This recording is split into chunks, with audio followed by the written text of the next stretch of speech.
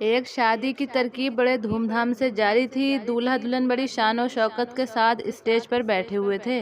दुल्हन ने दूल्हा के कान में कहा, अपनी माँ को स्टेज से उतार दो क्योंकि मुझे उससे सख्त नफरत है। तुम्हारी माँ मुझे सख्त नापसंद है। दूल्हा उठा और माइक पकड़कर ये ऐलान किया कि मुझसे मेरी माँ को कौन खरीदेगा। इतना सुनकर जो लोग भी वहाँ पर थे उन सब पर सन्नाटा तारी हो गया। फिर दूल्हा बोला, मैं अपनी माँ को खुद ही खरीद लूंगा।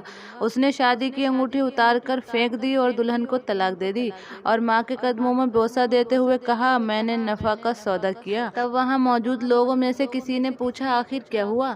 तब उसने सारी बात बता दी कि ये दुल्हन जिसकी शादी मेरे साथ हुई है, ये मेरी माँ को नापसंद करती है।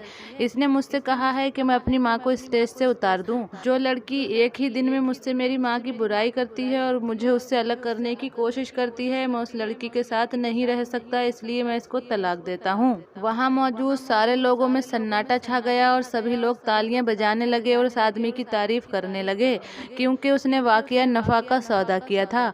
और वो लड़की जिसने उसकी माँ को छोड़ने के लिए कहा था, वो दुल्हन बनी रो रही थी, उसके हाथ कुछ भी नहीं लगा। तब वहाँ मौजूद लोगों में से एक आदमी ने खड़े होकर ऐलान किया कि मैं इस नौजवान के साथ अपनी बेटी का निकाह करना चाहता हूँ और कहा कि इससे बेहतर मेरी बेटी को खाबिंद मिल ही नहीं सकता। उस नौजवान ने दुनिया भी कमा ली और अपनी माँ यानी जन्नत भी कमा ली। उसी मौके पर उस नौजवान की शादी हो गई और वो दुल्हन जिसने कहा था कि अपनी माँ छोड़ दो, वो ऐसे ही रोती बिलखती बेसहारा रह गई। तो दुनिया में मुझे जो भी जितना भी मिला, ये सब कुछ मेरी माँ की दुआओं का सिला है।